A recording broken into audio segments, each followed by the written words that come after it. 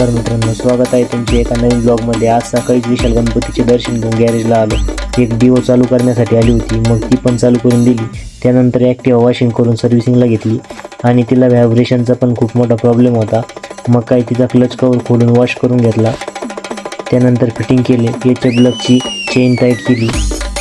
त्यानंतर ही सिटी 100 सर्व्हिसिंगसाठी आली। मग काय तिची पण सर्व्हिसिंग करून घेतली। त्यानंतर मित्राचीच गाडी सर्व्हिसिंग आणि किरकोळ कामासाठी आली। मग काय तिचे भरपूर स्पेअर पार्ट आणायचे होते। मग लगेच MIDCमध्ये स्पेअर पार्ट घ्यायला गेलो। तिथे काही पार्ट न मिळाल्यामुळे सर्जापूरला जाऊन स्पेअर पार्ट घेऊन आलो आणि रात्री जेवण करून पुन्हा गॅरेजला आलो। मग ह्या गाडीचे वायरिंगचे काम केले, शीट पण तुटले होते। मग त्याला एक पट्टी लावून गाडीचे काम पूर्ण केले आणि आज उशीर पण खूप झाला होता, रात्रीचे 2 पण वाजले होते। मग काय लगेच काम पूर्ण करून सर्व गाड्या गॅरेजमध्ये लावल्या आणि गॅरेज बंद करून घरी निघालो। तर मित्रांनो, असा होता आजचा दिवस। ब्लॉग आवडला असेल तर लाईक आणि फॉलो करा। धन्यवाद।